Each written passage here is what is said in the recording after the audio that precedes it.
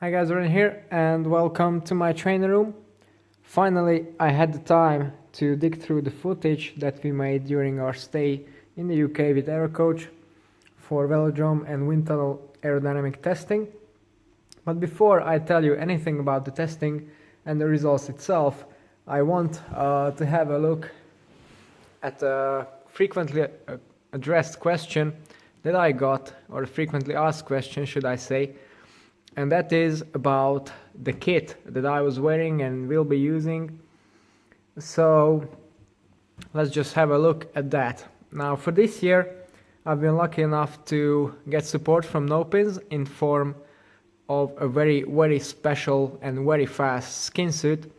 Now previously I had a skin suit with a custom design but not custom sizing, and it was the trip suit, the 2017 model, in a regular size small, but as I've lost weight, that was a bit too large for me. And now though, I have something entirely different. So as you can see, it's all black as it should be, no custom design this time, because it's essentially a prototype, or at least it was until very recently. And this thing is called the Time Warp skin suit. So unlike the trip suit that I had before, that was optimized for speeds of around 45 km per hour, but those are speeds that I was doing 2 years ago, and they're not very fast. This skin suit though, as you can see, has a striped aero fabric at the top, on the shoulders and on the back, which is not the regular fabric you find in other striped skin suits. It's very special and also completely UCI legal, unlike some other stuff that you might see popping around and claim to be super fast. And it does away with the trip layers as well, because at higher speeds those are no longer as beneficial as far as I know. And the most special thing about this skin suit is that now NoPinz not only offer custom design services but also custom sizing.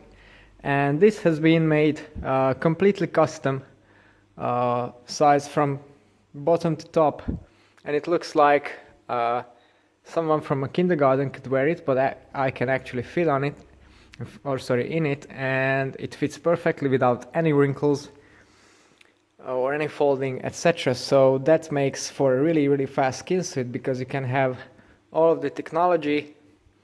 If it doesn't fit, it won't matter. So yeah, this is the reason why we haven't tested any other skin suits, because you can't really go any better than this one. That's custom fitted. It's the best you can get, pretty much the best technology, and also optimized for my higher riding speeds now. So 48 to 50 km per hour. Then, along the new Time Warp skin suit, we also have the Time Warp Overshoes. These also have a fabric design in a very similar way, although subtly different than on the skin suit itself. It's pretty easy to put on, pretty much. You put this one over the sock first and then over the shoe when you put on the shoe. So very easy. As you can see, the fabric over here. And the stitching is done at the very front, at the leading edge. I think that also helps in some way. I'm no expert, but in some way it should help with the airflow. And same at the bottom part of the shoe, which is completely smooth. So these are the overshoes themselves. Now the shoes I've been using for time trials, they're staying pretty much the same. So these are the S-Works sub 6s. There are people who would question the use of laces, and how can I be so outdated that I use lace-up shoes? Well, just look at any high-level track cyclist that's into aerodynamics. He's going to have lace-up shoes. Why?